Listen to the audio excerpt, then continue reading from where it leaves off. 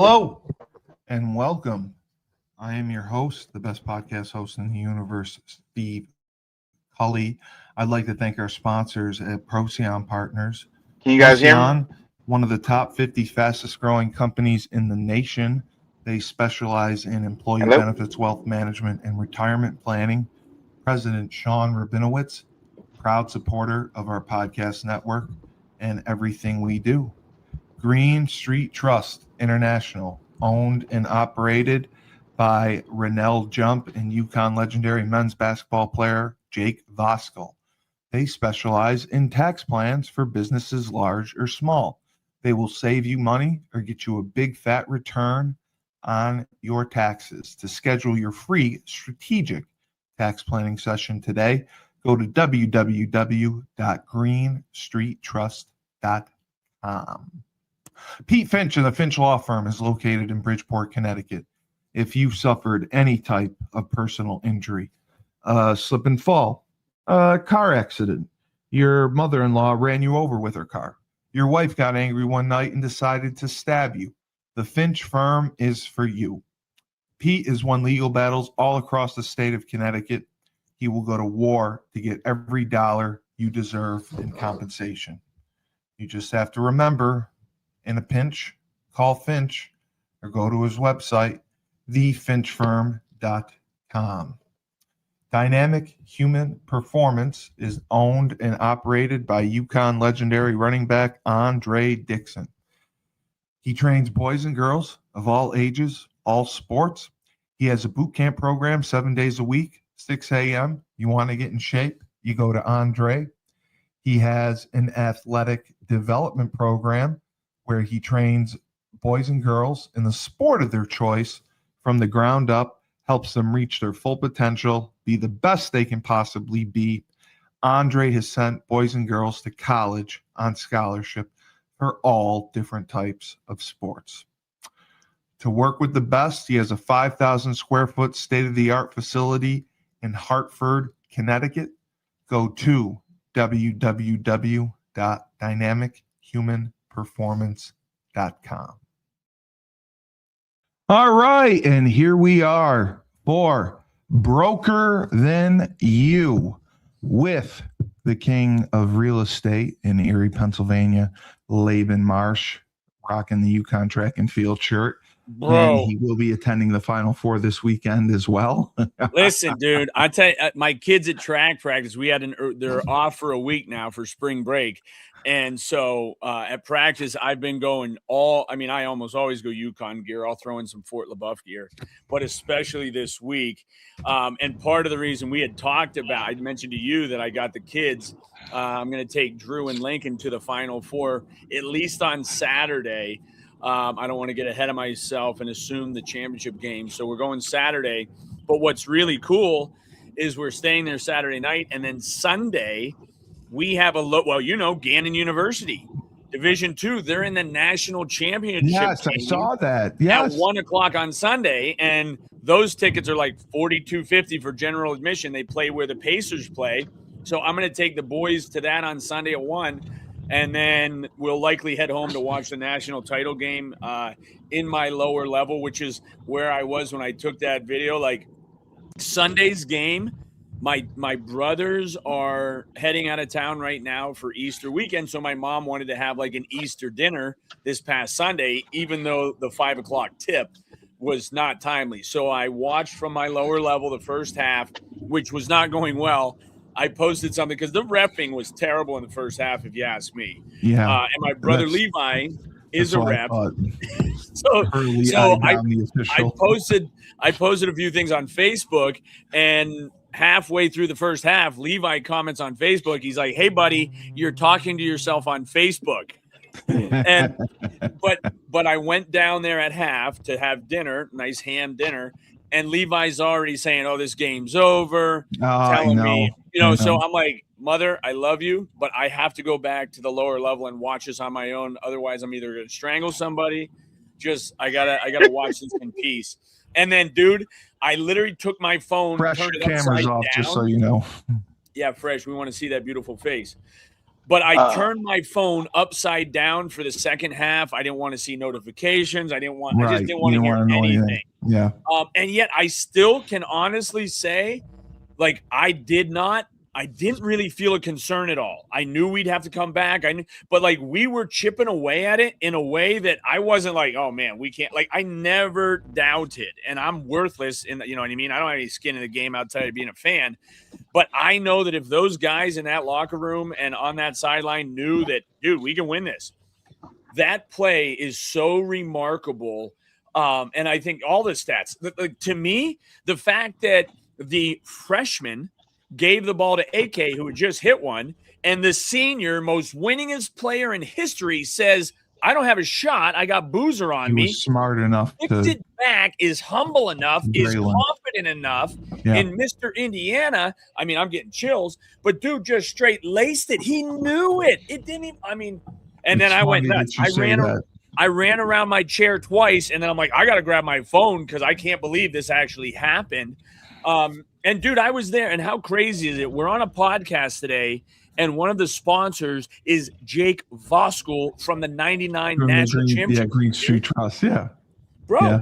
And I mean, I still remember walking into McMahon North for lunch one of the first days. He was. Bro, I thought a kid was walking on the tables, and it was just him, 6'11". He was mammoth, yeah. And you know what? But Terrace Reed is also 6'11" and about 10 pounds heavier than Voskuhl. And to see him with that deflection, full court dunk, I mean, I loved it. He's an animal. But what's crazy is just he had a killer first round. AK had a great second round. Like, they've had to piecemeal it together. And if these guys just really start to click, like Solo Ball has not, you feel terrible. He can't buy a bucket, but dude, he at least had a win is a win is a win. And so I just thought that was crazy. But I had predicted, and our track coaches, so our track coaches, one of our track coaches, our long jump coach, his daughter played hoops for Providence, like Big East basketball. So he's kind of hated UConn just because his daughter played at Providence, and she was one of the best athletes in Bison history. So we've got this cool chat going on. Another distance coach, her whole family's in hoops. And so at halftime, I sent the meme of George Michael singing "Gotta Have Faith," and then I put my phone away, but I told them UConn 72-69. Called it from the jump. 72-69, and it ended 73. All by a point. All by a point. I mean, leading the game. And I have receipts to show. Now, I don't gamble. I don't bet on the game at all. But I absolutely, and then for Lincoln to have picked Duke in his bracket, so when I went back down to my parents' house and I just gave him a big hug and told him, always believe, like, follow your heart, not your head, dude. Never and so over. I'm gonna take him and Drew to see what the Final Four is all about, dude. And I mean, it is so gonna awesome. be. I can't wait. And how far of a drive is it for you? 6 hours. It's not bad. Okay. No, that's where I picked up my new car in the summertime. I picked up that RS down in Indianapolis, and I mean, they don't play till 6 o'clock at night. But we'll probably go down Friday. I know, I think Butchie Parmalee is going to be down there. A couple volleyball girls thought they might be able. So I'd like to see if we can get somebody together, a dinner on a Friday night or something like that, or Saturday pregame. But I'm stoked. I know Ohio was at the game. I think Ohio was because it was in D.C. Yeah, he was in D.C. Yeah. So we'll see who comes. But, yeah, it is pretty wild to be able to be talking about UConn athletics on a podcast that fresh. Because we just talked about it on the basketball show, and Laban brought it up. The exact same thing Joe D said. He thought it was so incredible. Joe and Maria both said that Caravan had the wherewithal to not take that shot and get it to Mullins, who had a better look to take the shot. And he was 0 for 6 from three-point land all game. Yeah. That was the first three-pointer he made. And he had all the faith in the world in him. And my question is, I asked this from the beginning. Why didn't we foul Duke on the inbounds? I thought we would foul them immediately with 10 seconds left, and we didn't. So if anyone can explain that to me, And I think, but I don't think they were at a double bonus yet either, right? They were still at only 8 fouls, and that was the interesting thing. Maybe that's it. I didn't know that. But even still, I don't know that you have enough time to come back, and they really just wanted to defend the inbound play. You didn't think they would have had enough time to foul and then get back down and score? I don't know that I think there was 10 seconds even. Yes, it was. It was 10 even. And so as they were getting it, I mean, the biggest question is why didn't Duke hold the ball or throw it straight in the – I mean, there's so many things that could have been done differently. Yes. But in regards to the fouls, it was interesting because for my brother Levi to be – because I thought they were going to foul immediately. 10 fouls to 3 in the first half against UConn. Right. And then in the second half, we were up, like they started drawing fouls quick. We got to 1-1, I think, with 10 minutes left in the second half. It ended up like 10-3, and then we started fouling into it. We only held them to 28 points in the second half, and we scored 44. Yeah. Well, they made so many incredible defensive stops. They forced turnovers, and they didn't turn the ball over like they had been doing in the regular season, which was they beat themselves. Concern. Yeah. But how about there are two reactions to me that were best. Both came from Hurley's. Number one, obviously the mother, and easily reading lips about what his mother responded with was, you didn't see that yet? No, I saw him eye down the referee and almost headbutt him. That was number two. No, he put head to head, like he knew, like they both. He knew Joe what said he was that they doing. Made contact, and I said they did. He put his forehead on that ref out of like just that level of intensity, like, Joe, bro, I'm about to explode. Joe said that the ref came over to him just to say that they were reviewing the clock to see how much time was left. He wasn't coming over to do anything nefarious. Right. And a lot of people said that he should have been called for a technical. Well, all the Duke people. They also thought there should have been a technical for the guys coming onto the court. I mean, but Malachi Smith was already on the court. That's what people don't get. So but listen, Duke always finding an excuse. I know they need it. They need it. And Maria said it best. Maria said that they recruit 5 freshman All-Americans, and to put freshman players in that situation, we have a veteran team. It's going to be tough for them to execute. And the MVP of this tournament to me is Terrace Reed. He's been phenomenal. Yeah. He is, scored 30 points in a couple games, doubles. He's physical. He's kept himself out of foul trouble. Yep. Well, game 2, the second round, he got in foul trouble, which I didn't play that much, but the Furman game, Maria still thinks we would have lost to Furman if it wasn't for him. Yeah, well, he dominated. But how about that kid from Furman who's going to basically be able to throw a dart at him of where he wants to play, because he was a freshman 100%. that showed out against the top team in the country. So 100%. that's what I love about Marsh. And, even I don't care who believes in us as long as we in the locker room believe in us. And at this point, but you have to go back. I can't believe you didn't see the mother's reaction. She dropped a few. No. Oh, my goodness. Lip reading. She was absolutely. Couple I can't remember exactly what it was.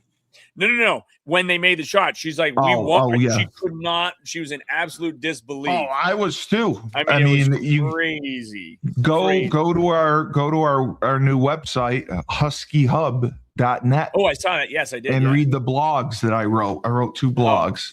Nice. And the first blog was about the men's game and how I was watching in the house, and when Mullins hit the shot, I yelled and screamed at the top of my lungs. Crazy. My mother came running out of the room. She thought someone died. The dog scared the hell out of Archie. Archie ran for cover. And my father put the volume up, and then he lambasted me because he's like, all you did all game was talk about how terrible Mullins and Caravan were playing. Well, they just won it. Well, how about that's all I heard. I got a FaceTime from Joe Mendel, who ran the 400 at UConn, and he's a Jersey boy. He's like, bro, I know you're friends with Burton. I need to get on his plane to Indianapolis this weekend. We'll have Burton pick us up. I'll make sure Burton picks us up. I'm driving, but I don't think I have that kind of pull with Burton to have. I'll tell Burton to pick us up. But it was unbelievable, and it shows. Even I just hate that Solo Ball was the leading scorer throughout the year, and we have everyone capable of scoring and just taking over a game. We don't have that one person who consistently does it. Right. And that's what has worried me. Well, I mean, we got 2 games to do it, but even when we were 1 of 18, which in the interview after the game, when Hurley found that out, was a hilarious reaction. Oh, I know. The one who hit it was Malachi Smith. Of the course. dude barely even shoots, and he's the one that made the 1 of 18. Yeah. Like, even that was crazy. Yeah. So, and you know, Demery hitting 2 of those key 3-pointers. But he's the one who knocked the ball out of Boozer to get the turnover. He got the steal. And then I was furious. It was Malachi. It was Silas or Solo who missed the 2 free throws. One of the 2 free throws. Solo, I wanted to shoot because he makes more shots in the commercial, the freaking Geico commercial. And if he had made both, it would have been fine. He missed the first. But it was just set up for all that. I mean, a wonderful comeback. It was weird for me to be able to say honestly, I really wasn't worried about losing. I had no idea how we would win, but as soon as we pulled within like 5, a couple buckets, I mean, it was we kept chipping away. We kept chipping away. Yep. Yeah. So I think for me, I mean, the kids just need to learn to play all the way through the end, even in the most improbable scenario. You never know. And then one of the other greatest reactions of somebody who, you know, the commentator Raftery, it's like he was stunned, and then he says, "Utterly impossible."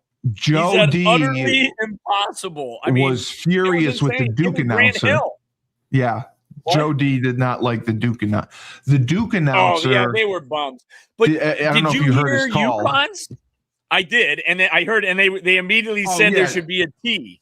But then the kids, the UConn students, bro, they were not as excited as they should have been. I was more fired up. They were very composed, but still, it was.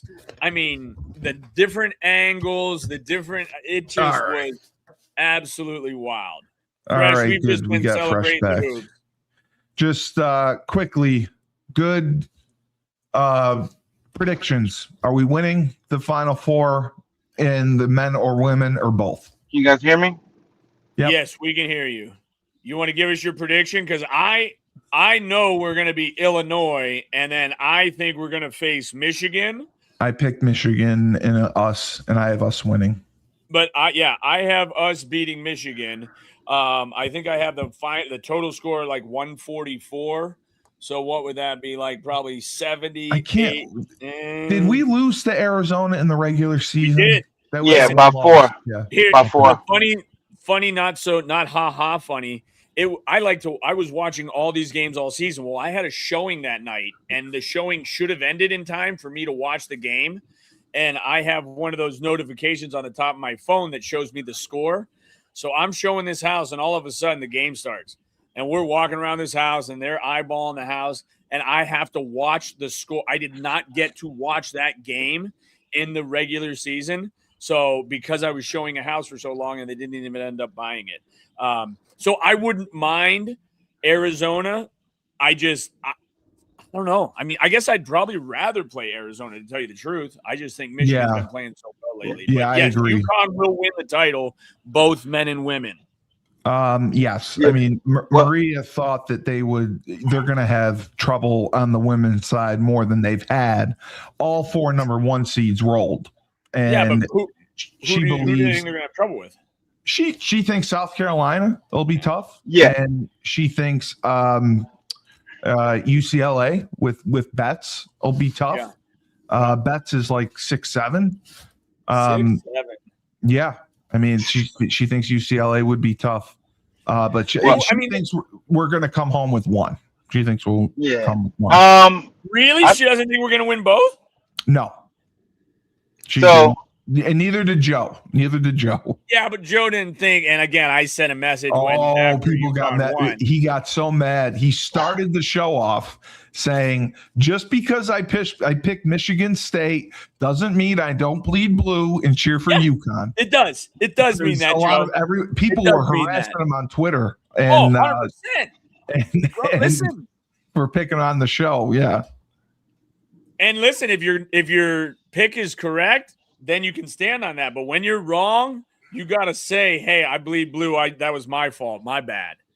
So no, I mean, but it Okay. is. I'm a big believer in manifestation, and so I didn't even want any negative energy near me, around me. And again, I have zero influence on the game and the players, but I'm not superstitious. I'm just a little stitious. All right. So we'll go into the business questions, the topics. Oh. So Laban. I didn't get to give my picks, man. Oh, I'm sorry. Yeah, come on. Stop taking phone calls, Stretch. Go ahead. How was it? So I was saying, I believe, ironically enough, that we will, that we both will go to final. I think we'll be on the men's side. We'll be Illinois, I agree. and believe it or not, I think just the way that kind of like things play out for it to paint the right picture to create more suspense, kind of do like a get back game, if you will. I think Arizona might mess around and pull it off and beat Michigan, and so I think that'll happen. Arizona. Yeah, I So- think we beat Arizona all the way. Yeah, and then I think we'll beat Arizona. So I think we'll beat Arizona, but it also could play out this way too. We could play Michigan because it could be that they they could because that's where Terrace Reed's old team is. It is. I didn't even realize that. But they're just north of Indiana. I mean, Now, I'll tell you this: Joe D and Maria both think that we will struggle against Illinois. They Really? think we could lose in Illinois. Yeah. I think that type of win they just had, especially having the week's break, like if you have that win on Saturday night, this is where I believe the predictions, because everybody's saying Michigan versus Arizona is the real national title. Well, that is a war that whoever comes out and survives it, put it all in the basket on Saturday and is going to have to come back Monday and play a UConn team that I think will handle Illinois. No game's going to be easy. But again, if UConn can start melding their strengths as opposed to ping-ponging it, they're going to be unstoppable. So that I think Illinois is going to be a pushover, but my thing for UConn men in the championship is that they're going to be playing a battered team, whether it's the Arizona Wildcats or the Michigan Wolverines. But Michigan definitely has home court advantage, being as close as they are to Indiana relative to Arizona. And then UConn travels so well. I try to get my tickets through the sports. I always call UConn tickets. I've always done that. Yeah, of course. Yeah. Anything else? And they're like, "Are you a season ticket holder?" I'm like, "No, you're not going to get them." Far away. They're like, "There's no chance you're going to get them." No, you got to get them on stuff. You got to get them on the secondary market. I went to Ticketmaster because I didn't want to get fleeced. Oh, you got them on Ticketmaster? Yeah. Good. Yeah. Good I was in there, and we got. That's awesome. We're kind of high up. I think it's 422, but we're in the. Yeah, but that's fine. Row. That's fine. That's good. We'll have a great view of the game. We're over. You saved hundreds of dollars by going on Ticketmaster that you got them there. Well, I just didn't want to get fleeced. Okay. So, Laban, what is the most ridiculous thing you have seen in people who list homes with the description of their house that has been completely untrue and they have been able to pull it off and still sell it? So a lot of times they use words like new or remodeled, and it's like renovated. Yeah. And those terms got to be used so loosely. Like we've always said, like use newer windows and things, and it's the bigger fish story, right? They just keep telling you, and more so than even that is they'll take pictures that are deceiving, right? With fisheye lenses, or like we actually got into with our multiple listing service because of AI and how well it can do things. You are not allowed to use those photos without disclosing that it is it's AI, an altered right? photo. So I think so many people lean on that. And that's where most people now are walking through homes, so the descriptions and all that. Like there was that time with the pandemic where people would buy things sight unseen. And that rarely happens. And even more so now they're tending to do inspections because of the way certain homes have been renovated. Right. Okay. And so I think that's where oftentimes a seller, being the salespeople they are, the seller's agents, they paint this rosy picture. And then as you start to peel back the layers of the onion, you realize the bones aren't really what you want. And that's got to be the focal point. So Fresh, are you still there? I think he's on the phone. Yeah, I'm here. Oh, okay. So I'm here. I had an investment. Hey, can you hear me? question. Hello? Yeah, I can hear you. I'm here. Okay. So an investment question for you. How do you invest and analyze ROI, risk versus reward to make sure that you're, investing properly? Some people ask, because there's a lot that goes in to making those decisions and the money that goes into it. You're assessing the risk, the reward, and the ROI. Well, I mean, the quick and short answer is tools, right? You use certain tools. Ideally, you have a spreadsheet. Unfortunately, I use models. You get to the point to where you just kind of have you can have some basic, like, where models that you can have created. A lot of times you can get them online from For you, what'd you say? it gives you those projections. Yeah, well, you can put it to where you want them to be. Like where you want your projections to be, where you want your things to be, and it will do that, kind of do that for you. So you can have literally you can have a kind of catered model to do the things you wanted to produce, what you wanted to produce. So And then like my model will tell me like how far I'm off, or like if it's within, and then we'll work within a range of things. Like, okay, so like I might have for myself, I might have a higher risk tolerance. 1 second, guys. Okay. You getting your burger, bro? I'll Yeah, take it. no. That's okay. He said, yeah. Oh, you Yeah, CJ? yeah, I'm about to run there and grab It's okay. it. I got You better hit that mute. Okay, no worries. I'll Yeah. just let you know. All right, thanks, man. I'll be right here if that's So- okay. I got yeah, that's good. Laban. I got Yo. cleaner stuff too. Did I bring that? So, well, it was Just interesting. bring the clothes in now. Can't mute him.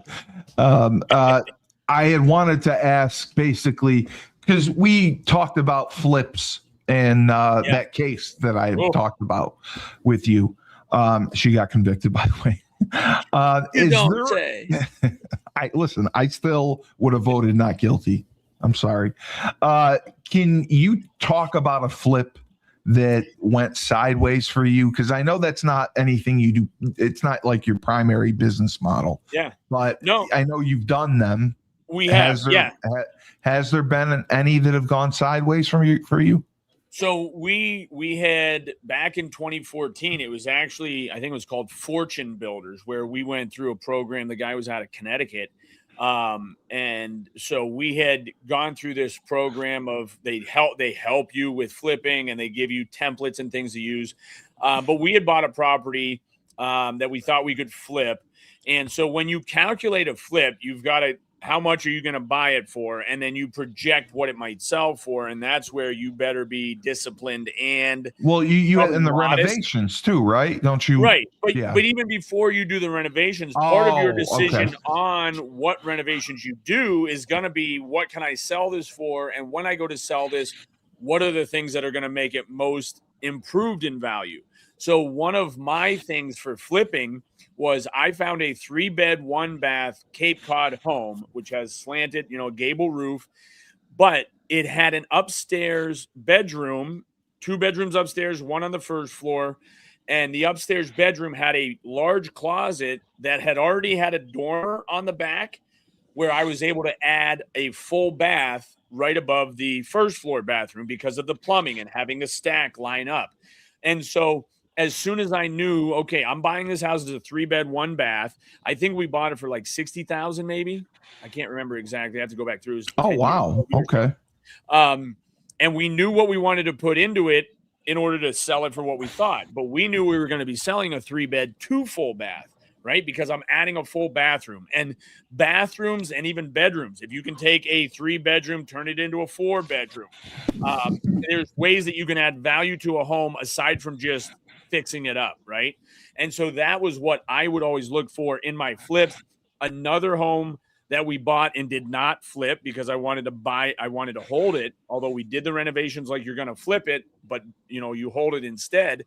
And that was a 2-bedroom bungalow that, again, had a gable roof that was just an attic.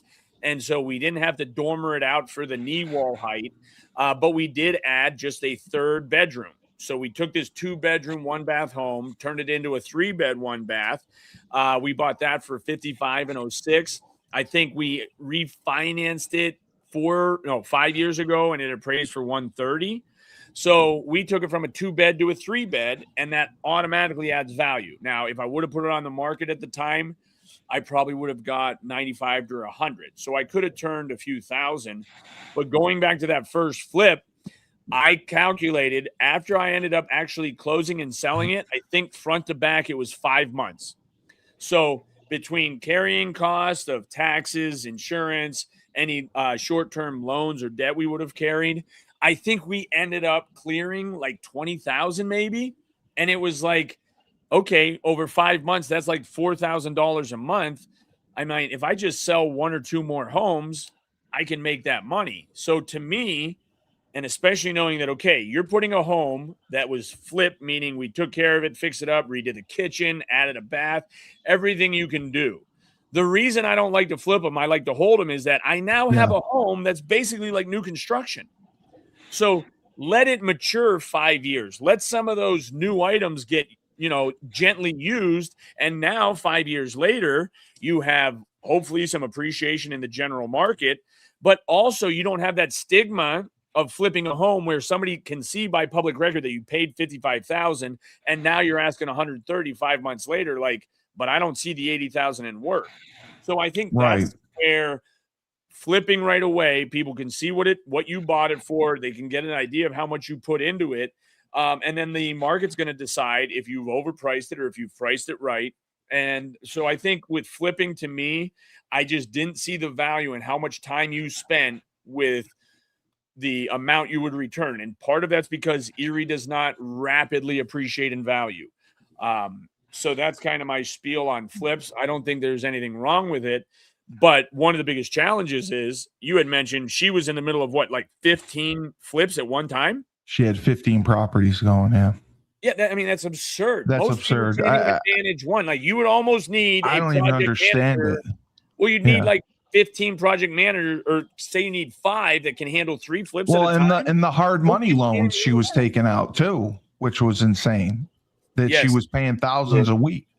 Well, look, it all depends though. I think you had asked that question before. You just need, people do this. If you have a team in place, if you can scale anything, right? So if you have it for scale, but there clearly was a disconnect. She may not have, some people are just focused on, and she thought like I do, everyone. Well, you don't need a license to do it. You don't. You have investors who do it all the time, who never get licensed, who do it well. It's just that she didn't plan well. She probably saw the potential in the money and was robbing Peter to pay Paul. So when the money came in initially, she used that money and didn't do well with it. That's probably what happened. I watched that show back, and she borrowed $250,000 against her husband's home that was debt-free.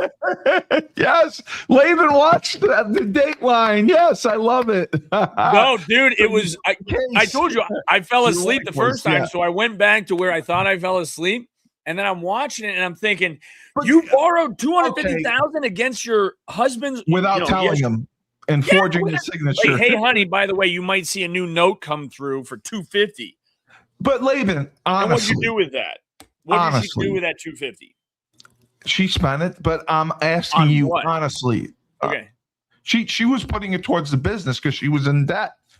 I'm asking you honestly, if you look at all the evidence of how he died and everything, forget the real estate, all that stuff, could you find her guilty?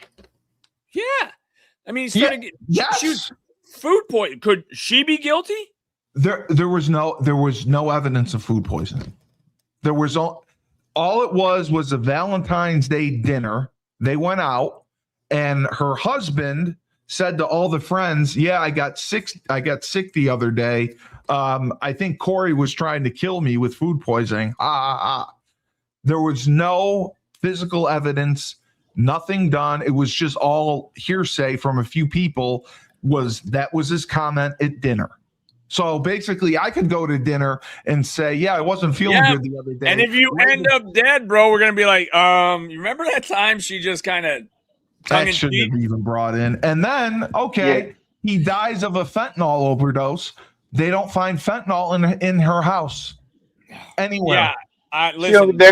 You don't gotta find a fentanyl in her house. I would say I don't know much about the case in terms of that much, but I do know this, right? Normally, when you have situations like this, usually it's usually like a crime of passion. Is somebody close to the close motive? I know. Yeah. I know. Dude, listen, and he took his wife off of the beneficiary and named his kids in the trust. Yes. Wow. You know what I mean? So, like, dude, I'm a big believer in intuition, and this dude had it. He did.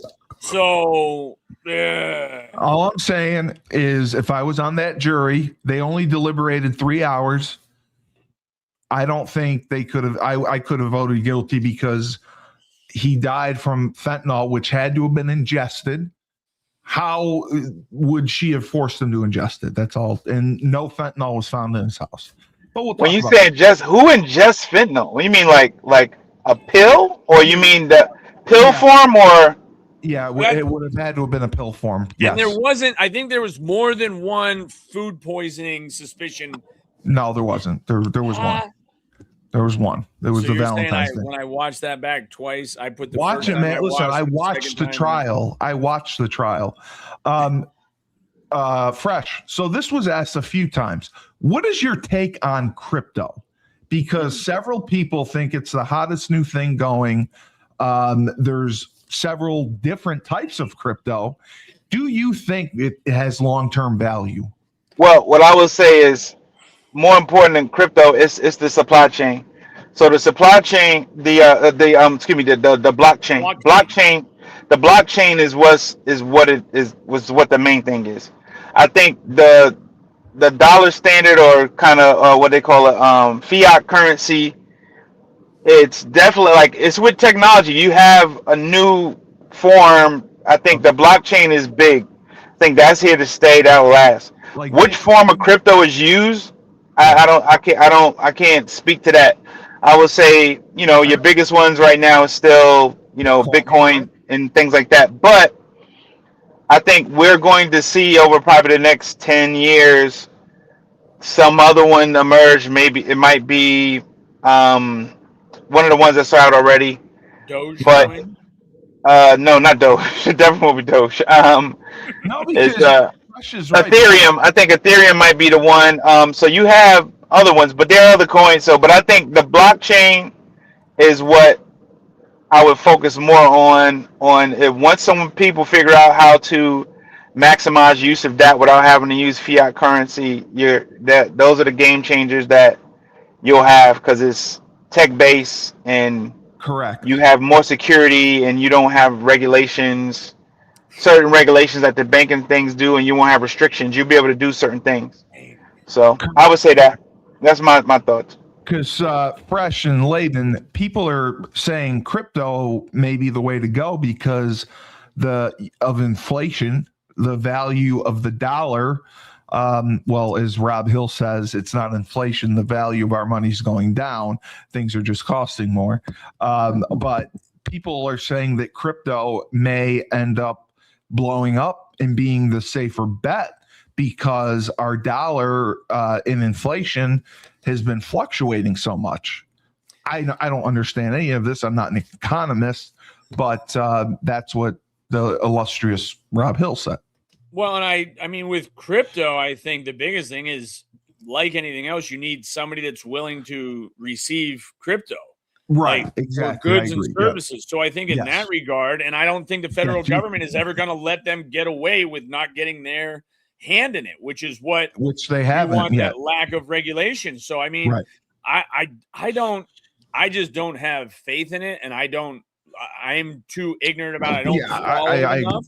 right. I think there's a ton of volatility, and I keep going back to, even in those times of the '08 recession where there were shows on about bartering, right? And it's like, well, Yes. I mean, even if you have cash money, but people know that cash doesn't get you anything, you'd rather have a bartering system of goods or services that can be traded for. And even then, the bartering doesn't let the federal government get their piece. So I don't know enough about crypto to get real excited about it. But I Right. know there's Right. some volatility with it.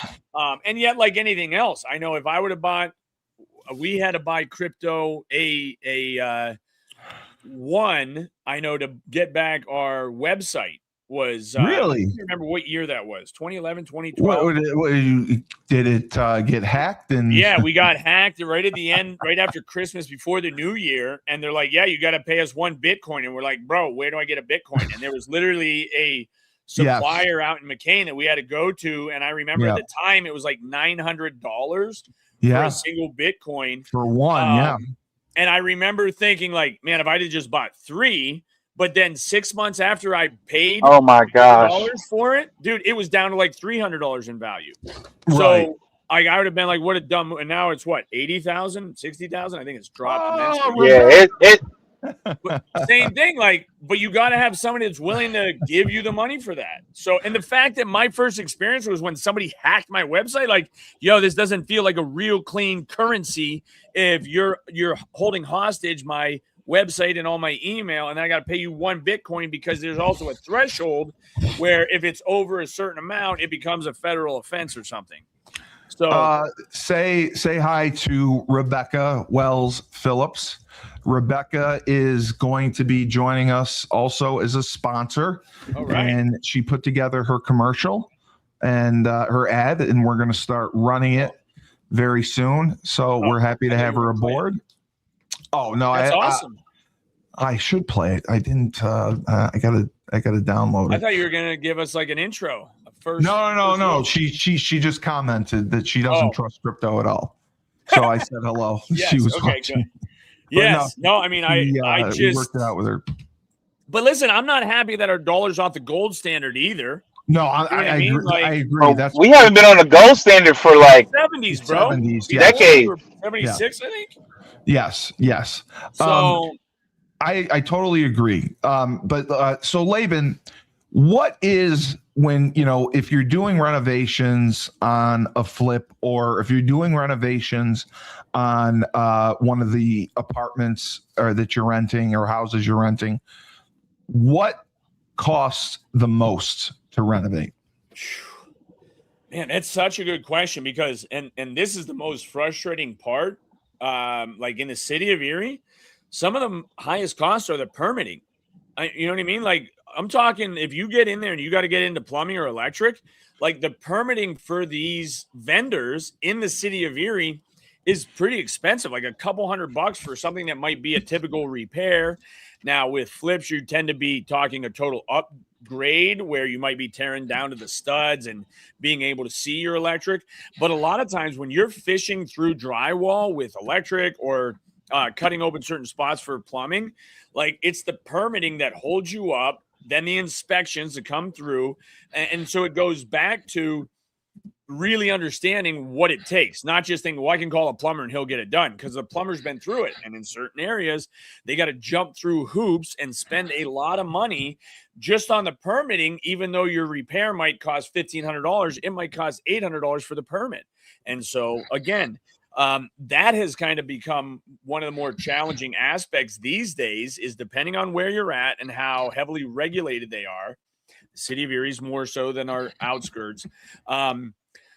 But as far as overall costs, like your bathrooms and kitchens tend to be the most expensive. Because obviously bedroom, you get into flooring, maybe a ceiling fan, lights, recessed lights.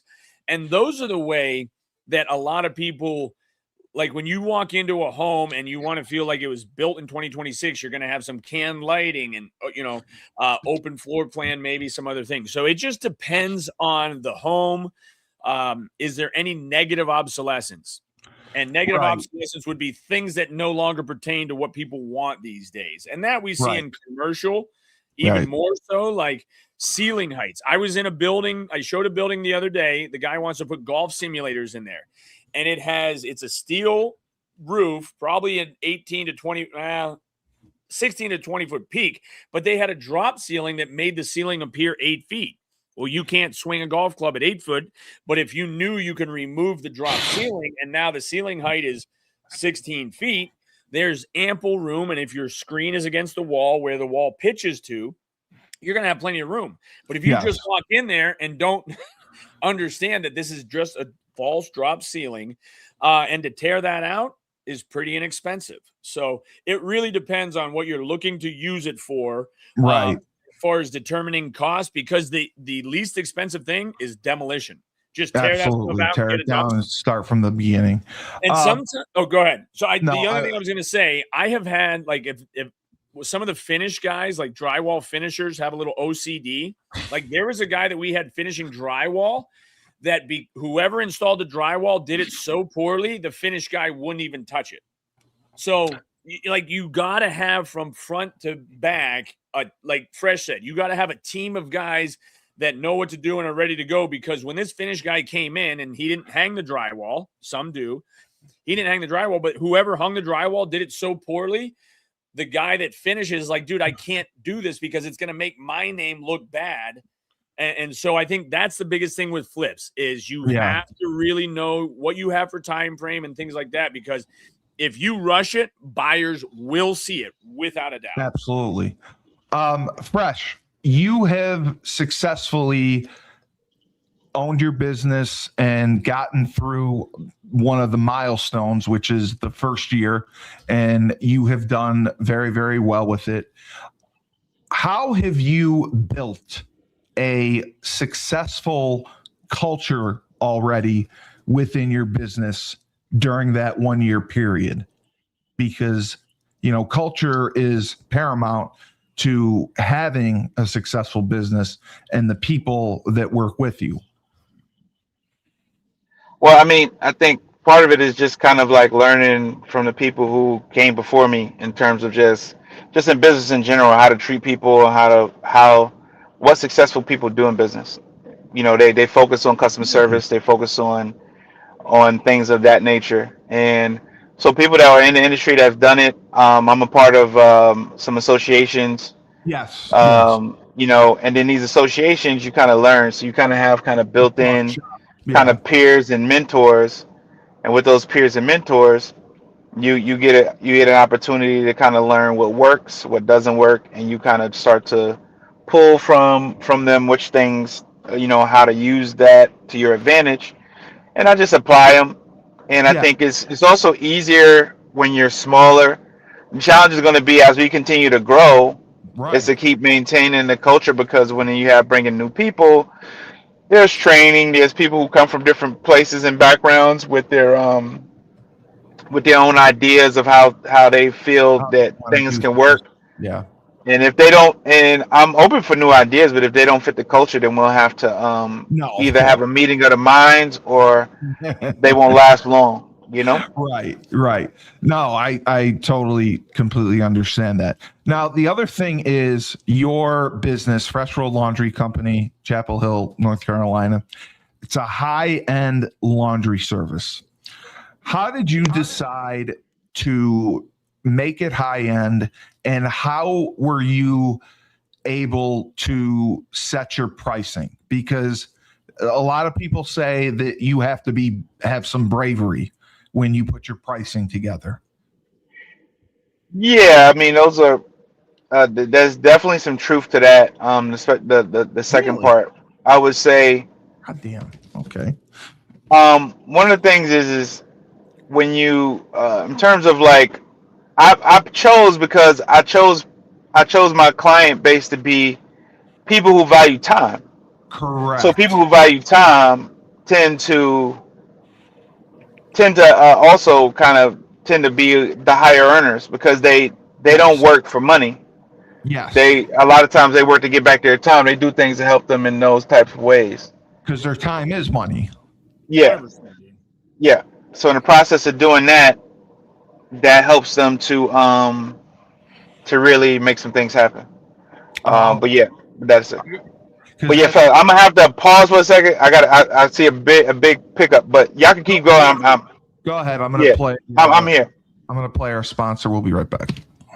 Down south, we have Julius Williams, Jordan Harris, and the rest of the team of the Trench Mob. They train offensive and defensive linemen. They compete in 5v5 tournaments and college showcase camps all across the country. They have sent kids to schools like Florida, Florida State, Miami, Clemson, Tennessee, Georgia, Alabama, just to name a few. They have sent the highest percentage of kids who work with them to Division I schools on scholarship. To work with the best, go to trenchmobfootball.com. Nedvonne Young runs the FreshFold Laundry Company in Chapel Hill, North Carolina, a high-end laundry service. You book online, put your laundry out in a clear plastic bag. They pick it up, wash, dry, and fold it for you in 48 hours. They also offer an expedited service if you need that as well. They have an online subscription model, weekly or bi-weekly, where you can get your laundry done that way. They offer deals for college students. So if you want your laundry done, you can do it in your own dorm. They have a pickup and now a delivery service. So you can have your laundry done without leaving the comfort of your own home or dorm room. To sign up, go to their website, my-freshfold.com. All right, and we are back.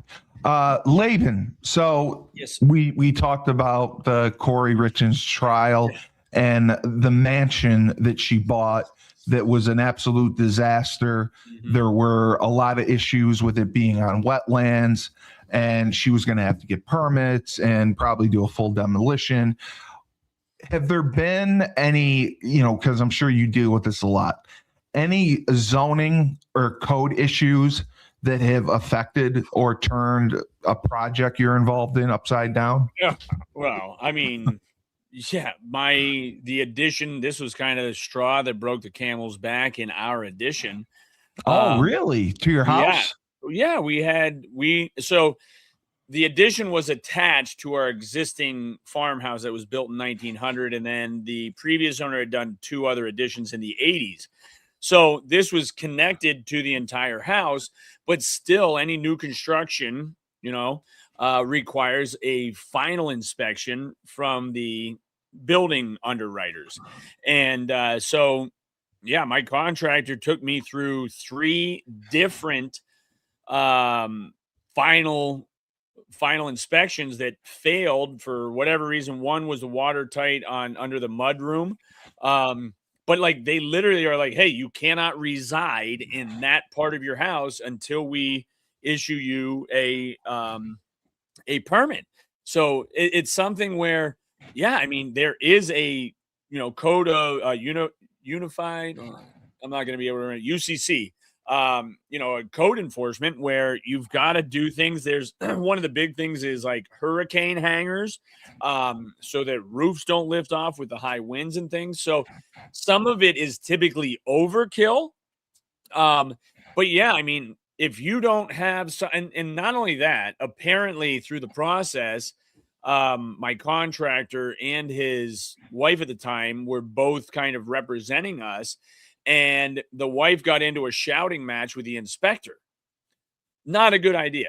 Like, this is a guy No. that needs to approve your what you do, and already puts a bad taste in his mouth. So I think all of that stuff, like, when you choose a general contractor, I mean, you've got to be able to handle the vendors, the subcontractors, and the inspectors.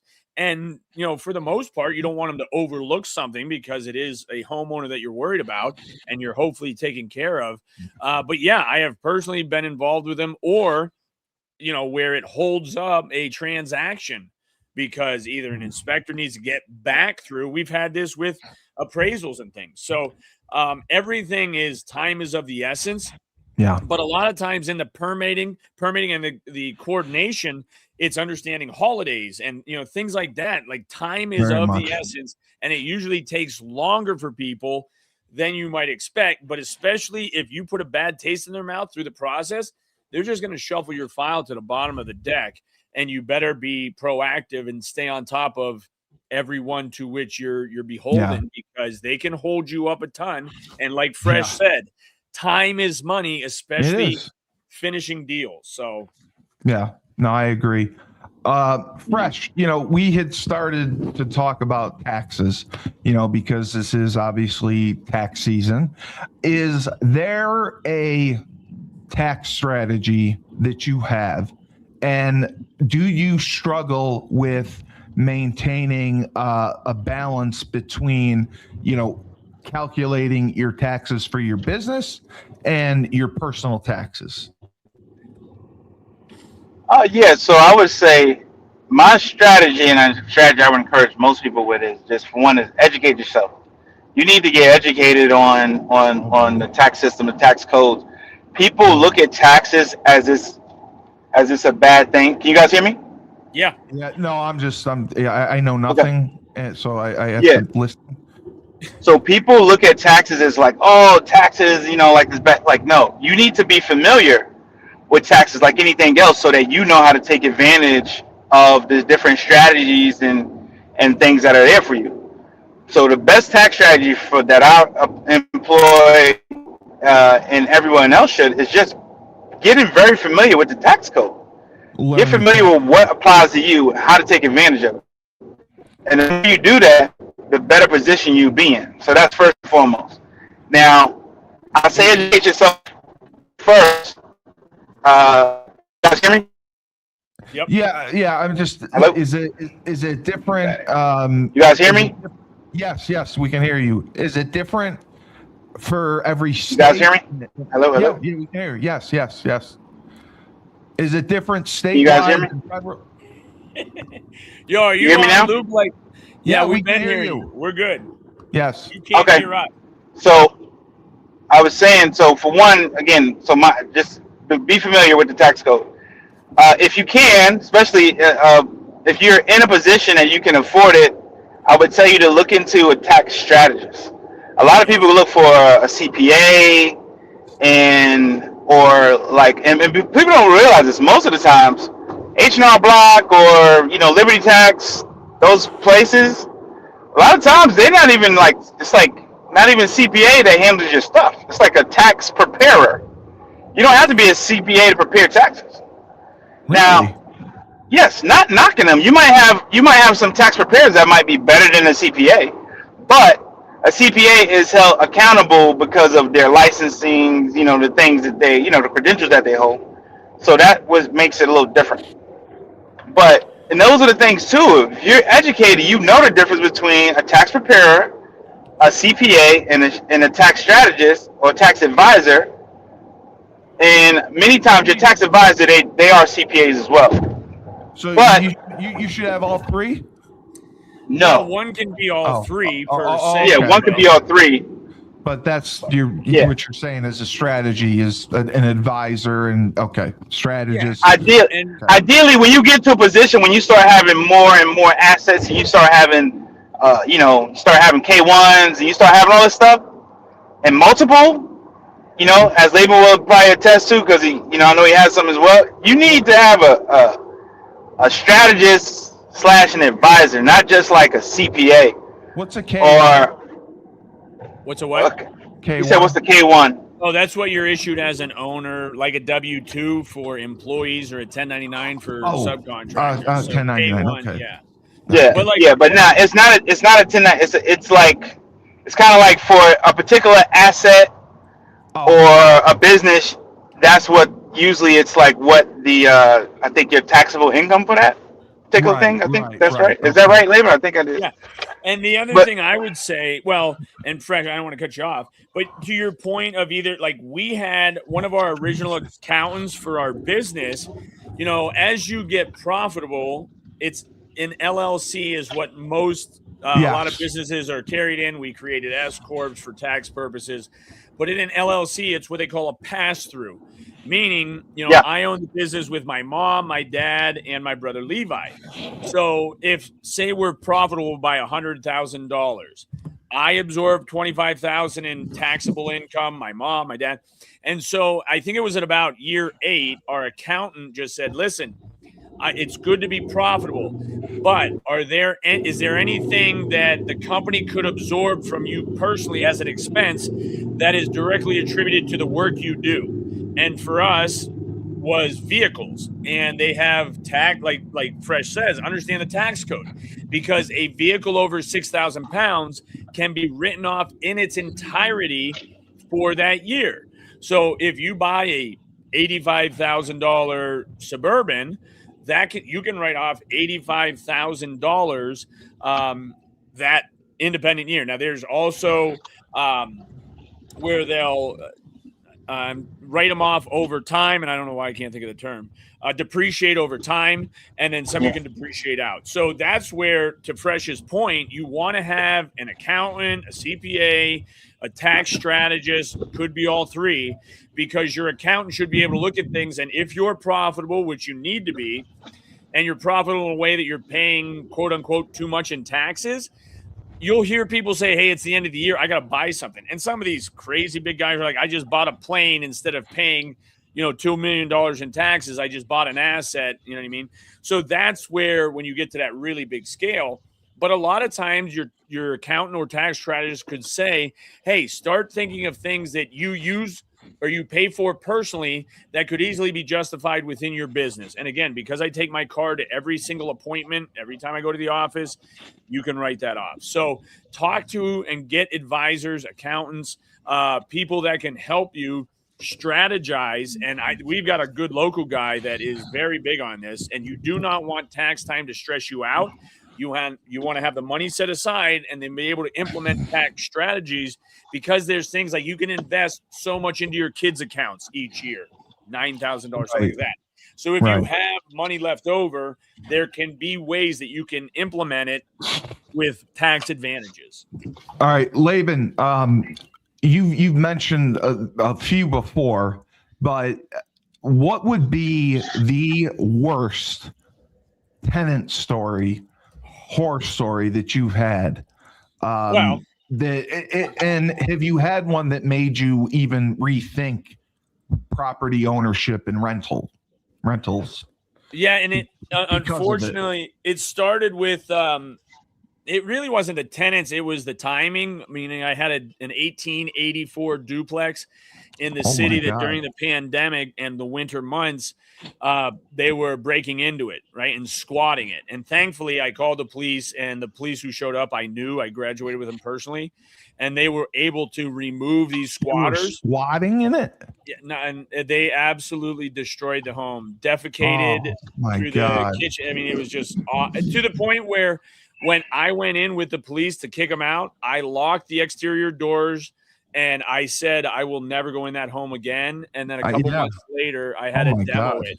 I had to spend $15,000. You had to demo it? Oh, yeah. I've got it on video. It should be coming up here in April. So I'll share it and make sure I tag you and just say. This is recent?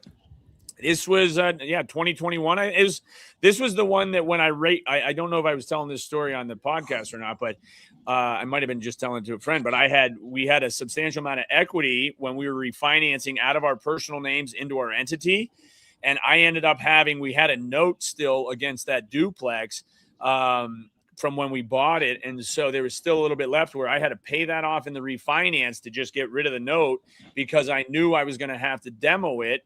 And, if you demo a house with a note on it, the bank will be coming after you if you don't have an asset, especially that has rent rolls in it. So, yeah, it was the oldest home I had owned, 1884. I had replaced all the windows. I mean, it was a beautiful Victorian home. I had recently painted the entire exterior, and it just got to the point where it is now a vacant lot.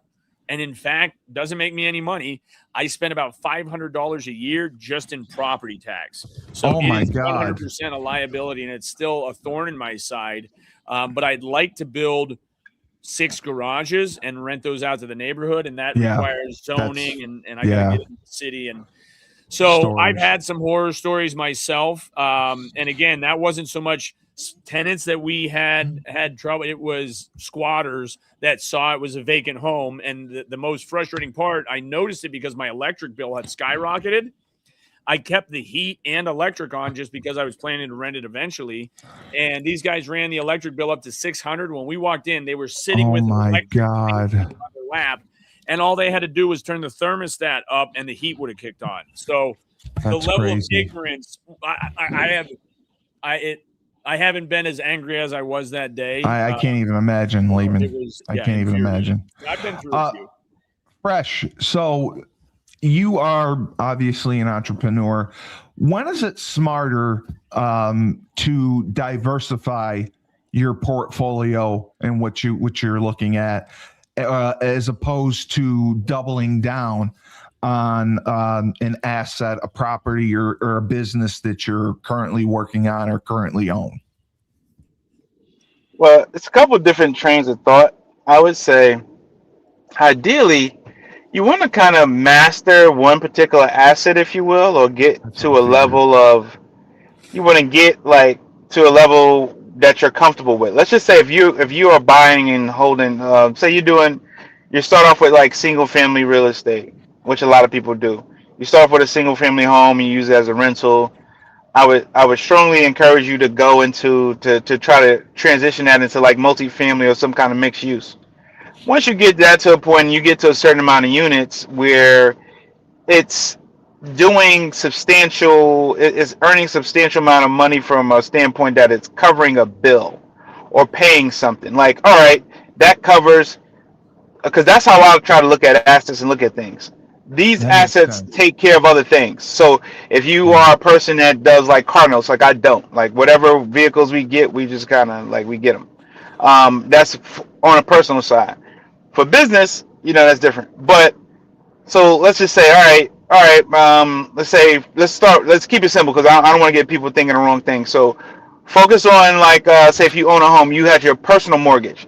Once you have your assets, so like say like if you're doing multifamilies, you get your multifamilies and say your mortgage is $2,000, and you're starting to profit $2,000 a month. That means after all the expenses, like you're doing net $2,000 that can cover your mortgage. Now that your mortgage is covered, now the money you would normally take out of your personal to put towards your mortgage, you could use that to do something else, which I would strongly encourage you to invest in another similar asset like the one you have, the multifamily. Let's say you got a quad.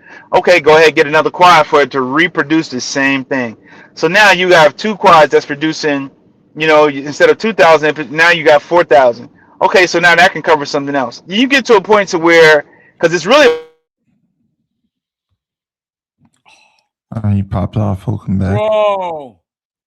That's interesting. That was getting so good, Fresh. That was very interesting to hear because I was curious about that. You hear me? You hear me? Yeah, keep going, please. Can you guys hear me? Yeah, we can hear you now. Finish that thought. All right. So, yeah, it's about lifestyle. So if your lifestyle, some people go, all right, you got to be super rich and wealthy and stuff like that. No, you need to be able to live comfortably, a comfortable lifestyle. You get to a comfortable lifestyle, then that should be the determinant. That could be, for some people, that could be like $7-8 grand a month, $10 grand a month. So when you get to the point to where your assets are covering your lifestyle, yes, then that's a great opportunity to go, well, you know what? I already got this one asset kind of mastered, if you will. Now it's time to diversify. Now I could go, okay, so I can diversify, right? That's one train of thought, right? And I'll be brief with the second train of thought. The second train of thought is, while you are building, start to do a little bit of other things. Like, okay, now I got some extra money that I'm doing multifamily real estate. I take a portion of that and I start to go into what is those EFTs warehouse or something like that, right? I go into EFTs and start to diversify. That's a way to get into the stock market and just kind of invest into like S&P 500 or something Vanguard. something safe. Like you see a Vanguard's lot of always people good. you see these commercials for like QQQ or something like that. Those Yeah. are different. Like I think That's I the always, Yukon commercial. Invesco QQQ. I think Yukon's got that Invesco Inc. locked down. Yeah, so For you sure. got Wait, these good point there, Fresh. yes, you get these EFTs. You can start that way, right? Oh, we lost you. You're muted right We now. lost you. No, he's not muted. I don't know if the Bluetooth picked up. That's what happens sometimes. Oh, okay. All right, I got to wrap up. I got to get down to a different practice here too. All right, let me just get you a couple hot takes right here. All right. Rapid fire. Describe your worst client in one word and explain. Know it all. See, I don't even need to explain because you know exactly what I'm talking about. Yeah. You can close a massive deal. However, by doing so, you have to bend one rule. Do you do it? I have to bend. Well, it depends on what the rule is. I mean, I can bend. I can bend without breaking, but it's gonna be reciprocal. I think that's the biggest thing I've learned in negotiations. If somebody has the audacity to ask for something ridiculous, feel free to have that same level of audacity coming back, so that they, and it's like the two guys I work for in Connecticut, repeat back to them what they just said, so they can hear how stupid they sound. Fresh, can you hear us or no? Can you do that? Try talking. Yeah, we can't hear you. We can't hear you. Okay, hold on. So can you share the worst piece of advice that you've ever actually followed? Ooh, the worst piece of advice that I followed? Yeah, that someone gave you that you actually tried and followed. Man, I'd have to dig in. That's a good question, but I think I live off of intuition. Nothing comes to mind. Oh, well, okay. I mean, if somebody's just giving me, if anything, it's probably towards food. I was misled on food a lot. And that was very disappointing. All right, that makes sense. All right. I don't have anything crazy. The last one I'll ask you, if you could have a fantasy co-investor, living or dead, which historical or current figure would you want as a silent partner and why? Wow. Man. Dude, that's a good question. That would take me long. I mean, I don't even have, I don't think that's even a Kiyosaki or a Dave Ramsey. A silent. Maybe Epstein or Bernie Madoff, someone like that. No, dude. No way. That's what I'm saying. Like, I think it would be like Dave Ramsey's very godly, but he's too conservative for me. Like, I want somebody that's willing to take some risks, but also, have that safe bet mentality where, you can't lose too big, but you're willing to take a little more risk than what Dave Ramsey is. I mean, I guess that our Heavenly Father, Jesus in the flesh. I mean, you'd think he'd know how to advise. I am going with Michael Burton. Michael, that's probably a good choice because honestly, I will say this, and I'll throw it out there. For me personally, it's Tim Fox, who is a local. He's a CPA. He's a serial entrepreneur, local guy. Some people know him. He's like a silent assassin. You see him. I mean, he reminds me a little bit of Mike Pence as far as just stoic, right? But this guy is super knowledgeable.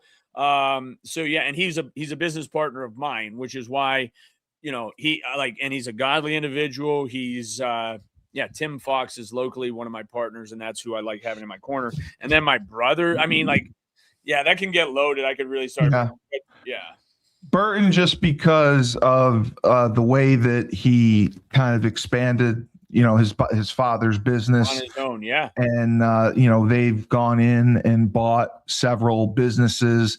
They rehabilitate them and sell them off for profits. I mean, they go in and just take charge, and he is so smart and knows how to make whatever business they end up involved in efficient and profitable. And he basically, instead of flipping houses, he flipped businesses. Listen, that's what it can lead to. For that. Yeah, when you're knowledgeable like that, I think that's where, and I think a great comment that you made was efficiencies. And I think that's where the best way to do that is to eliminate names, create positions, and what they should both make and do, and just find the right people. I mean, that's outstanding. And then just the fact that he always gives back to UConn. He always bleeds blue. He made a commitment to the program 4 or 5 years ago and got the program completely back on track. And I just give him credit for that, because he's always spent money and believed in UConn, and UConn football would not have had the success that it's had the last 4 years because of the NIL program that he put together. And how cool is it that we got to play with Burton? I mean, and he was a captain, I think, at the time. So just a solid leader. And then hear me? All right. Laban, you can bounce if you got to go. I'll go. Yeah, I got to run. Fresh. Great to see you guys. Hey, everybody, have a happy Easter. Go Huskies. Listen, you had 40,000 viewers last week, so congratulations. All right, good stuff. Hopefully, I got to send you the show. Improves. Yeah. Take care. We'll see you guys. Go Huskies. Yeah. All right, Fresh. These are rapid fire questions for you. Okay. Yeah. You have the opportunity to make a great business deal. To do so, you have to slightly bend one of the rules. Do you do it or do you pass on it? Slightly, but no, I'm not bending. Yeah, I've been in the rules, but it's a gray area, because when you say bend certain things is gray area. But yeah, I'm not trying to bend any rules, because it usually come back and bite you in the butt. Yeah, Laban said it would depend on what the rule was, but that's kind of what he said. So, is there a worst piece of advice that you have been given that you actually followed? And if you did, what was the outcome of it? One of the worst advice was just when people just say, I always grew up to like people just say save your money, like instead of making it work. Yes, just save your money, right? So I wasn't really taught like, hey, make your money work for you. But just the advice of save your money. Now, if it's save your money right, like correct.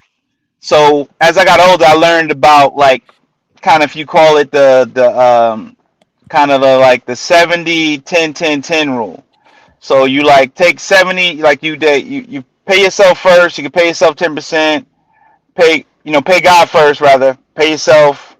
Oh. Then, so pay God. So basically invest in God, or be charitable. It don't, because a lot of times people count it as to a church you do tithes and stuff like that. Some people do that, or you can make sure that what, I'm going to be charitable. I'm going to give to 10% to charity. And you can, give that. Save 10%. I like that. Pay yourself, and then you like save / invest 10%. Or you're right, and that would be it. That was the save. But then I got older. Then it went to 60, 10, 10, 10. So then 40, you would go. Wow. God first, right? Then you pay yourself. Then you save, and then you invest 10%. So then now, that's how you would do it. The God first, are you talking about like the church I go to has this thing called tithing, where you're every church has tithes. Yep. Okay, so you can tithe. Like I was saying, you can do tithes, or you can, like, if you don't subscribe to a certain to a certain faith or whatever, but you can sow into people. You can give back to like the less fortunate. You could just say, what, I'm going to start a soup kitchen. I'm going to do something where I'm giving back. I'm going to sponsor families. It don't necessarily have to be in your church, but normally a church is a great outlet because the church services the community a lot. So sometimes that's a good bet for certain people. But like anything else, you got to vet your church. So that's what I would say. Just to save, coming up was probably one of the worst advice. I wasn't given further instructions or even Right. how to save, right? Right. So I think that was it. But then as you get older, you learn more. I wouldn't just tell people just to save. I would say save here with this caveat, and I would break other things down. All right. So you have now the 10-year bet. Make one prediction about real estate or investing that you'll stake your reputation on. One prediction about real estate or what else you said, or investing. Investing overall in the next I 10 will years. I will stake my reputation on that they're not making any new land.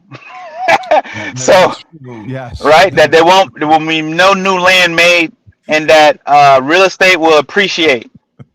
The Real value estate of- will appreciate. Yes. I stake my reputation on it. It will appreciate. It will go up. They're not making any more land. I love that. All right, the last one, and Laban had Laban had a blast with this one. All right, you get one fantasy co-investor. Which historical figure, alive or dead, would you want as a silent partner in your business, and why? As a silent partner. I mentioned this person's name last week. I mean, this is just somebody I truly admire. I think that would be very helpful in terms of just growing any kind of business. The person's name is Myron Golden. Oh, you did. That's right. That's right. You Yeah. did. Yes. I have not met Myron yet, but he's my mentor in my head, and also not just from mentor from a business standpoint, and he's also from like a spiritual standpoint. He speaks facts in terms of like he just supports like live his life by Bible principles, and just like kind of sets Follows the scripture. yeah, like but he shows you how to apply it to everyday life. It's not like it's Right. like, oh, like here's the rules are right there. It's right in front of your face. Here's how this applies to this particular part of your life, that part of your life, and this is the word. And he has the word to back it up. So I would say, but he's a very shrewd businessman, and he's big on making more offers and making bigger offers. So Right? sorry, I'm ignorant to him. What businesses is he involved with? Well, he basically he is a coach. He's a business coach. Oh, okay. All right. So he's a business / life coach. He's been Yeah. a pastor, minister, but he's basically and he started out in like actually doing like MLM, multi-level marketing and stuff. And he talks about how he didn't make money for like 3 years initially, but then when it clicked, he did extremely well. And then his whole thing is just about structuring the right offer and then making more of them, making more offers. He has a whole make more offers type, like kind of like summit that he's done over the years, and teaches and shows people how to make more offers, the proper amount, how to offer, and then and how to make bigger offers. Like, Okay. yeah, like he's the kind of person that he'll have like people that he's done himself and people under him, they'll have $1 million day, like earn $1 million in a day, because he'll have an offer like, sometimes it's like put the ridiculous offer out there. It may make sense to someone. Right. Someone may say, you know what, this is that valuable to me that I'll pay $1 million for it, because you only need one. Yeah. And then right. Yeah. and that's how it is. So you don't really only need one person to. He breaks it this way down. He's like, if you want to be a millionaire, he's like, you can sell 1 million things for $1, or he breaks it down. You can sell 10 things for $100,000. He goes through the whole gambit. But it's just basically, I felt confident in a business deal. Myron Golden would, that the deal went off well. And Oh, you got a call. It's okay. You got a call.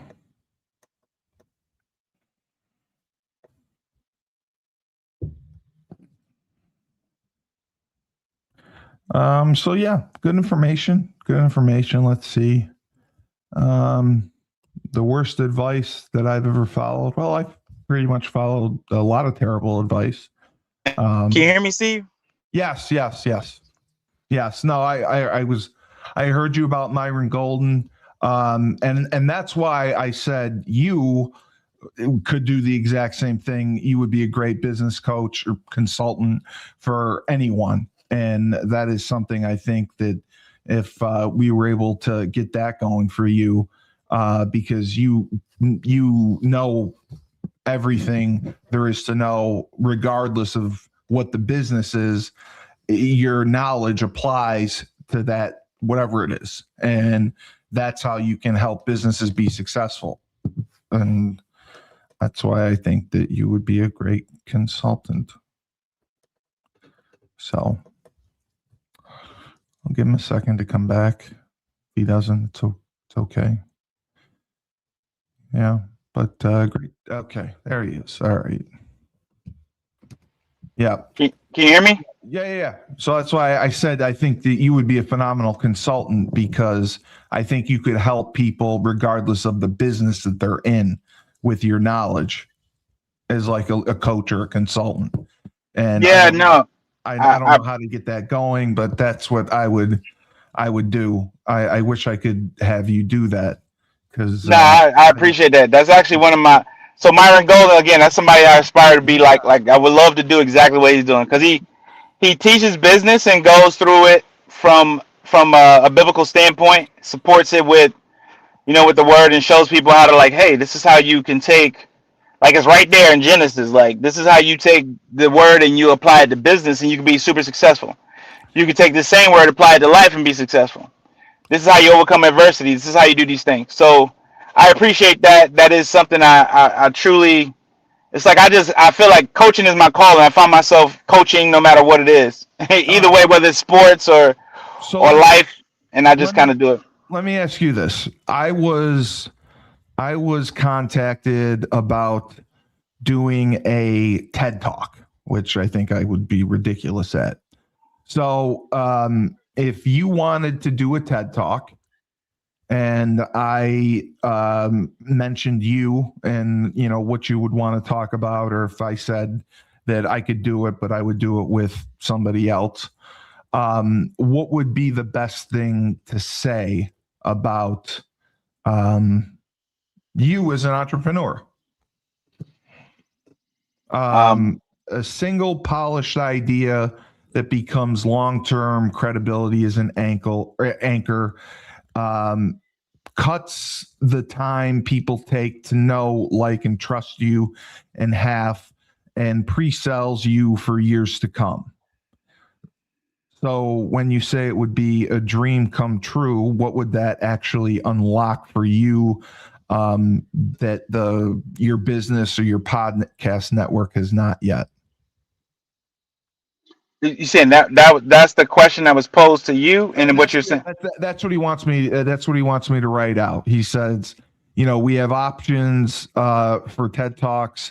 Before I get into the process, you were nominated to do one. It's one day, and he wanted to know what you would actually want to talk about, and what that would do for you.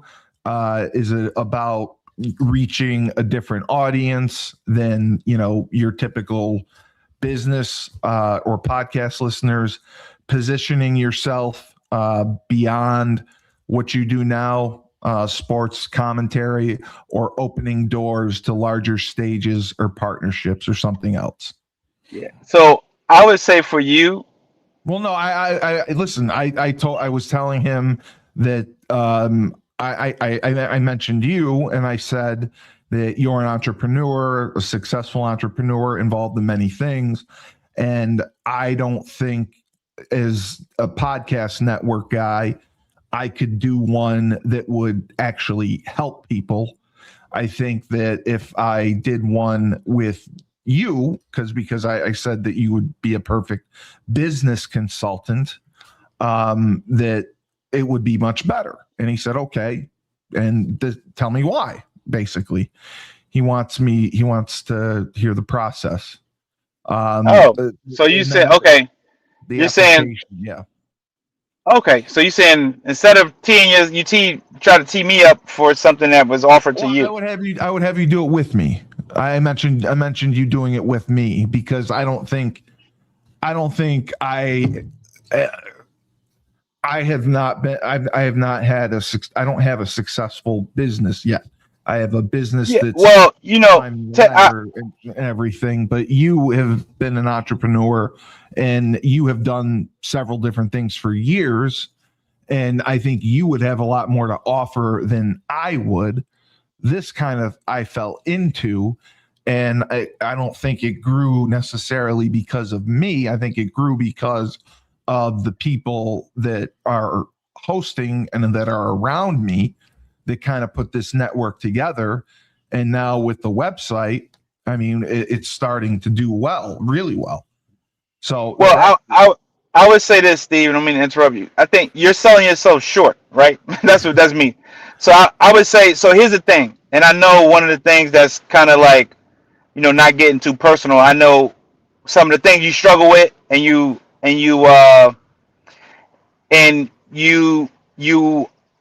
in spite of the things that you deal with, you struggle with, that being humble is the way through, right? Being humble is the way through, or the way to get to where you want to be. But you do also know that some of the things you said you've struggled with in the past. So I would have no problem talking about that, but I'm saying like a TED Talk I'm going huge, no, for sure. I have the knowledge for that. No, I think you do. So again, I was going somewhere with it. I'm saying that because if you humble yourself to accept certain things, like more than one thing can be true, two things can be true. You can have the success from your network, and from the podcasting, could be attributed to the people that you have on there with you that you can consider your team, but you put it together. Like, you are the common denominator with all of it. So there has to be some value with you. There has to be something unique about you because you're the common denominator, right? Like, that's what it is. So again, so I would say, if you would look at you for what you are, which I believe you are, a connector. So there's value in being a connector. There's tons of value. And if you would look at certain people just throughout history, throughout business, just throughout life, there are certain people that are connectors, and those connectors have so much value. Now, the thing is, sometimes when people are a thing, they don't really realize that they're that thing. You may not really realize that you're the connector. You may see yourself as less than what you really are. But you're a connector, and you're good at it. So I think that would be a good thing to talk about, the power of connection, the power of you connecting, of just saying, hey, how you have access to so many different things. Like, you have access to, whether you realize it or not, you've had your common cool teammate on the show. You've had somebody who's been a brand new entrepreneur on your show. You've had people who are six-figure earners on your show. You've had seven-figure earners on your show. And you've had a billionaire on your show. Believe it or not. And you're tied to, again, you might be tied to more than one billionaire than you know. Again, I don't know what other teammates I don't know. I'm not in everybody's pockets, but I get that. Yeah. Yeah. So just understand, like, you have that in common with not a lot of people can say that they have that, and you're connected to all of them, and you can connect and you can reach out to them and be connected to them and connect others because of your ability or your skill or superpower, whatever you want to call it, of connection. You have that ability. So I think that would be a great way for you, something that you can talk about, for a TED your Talk. ability to connect. Yeah, you're being a connector. The importance of making connections. Yeah, the importance of being a connector and how to make connections. And sometimes it's one connection. Like one connection help catapult other things, right? From a podcasting standpoint, you connected with Schumann, again, just connecting.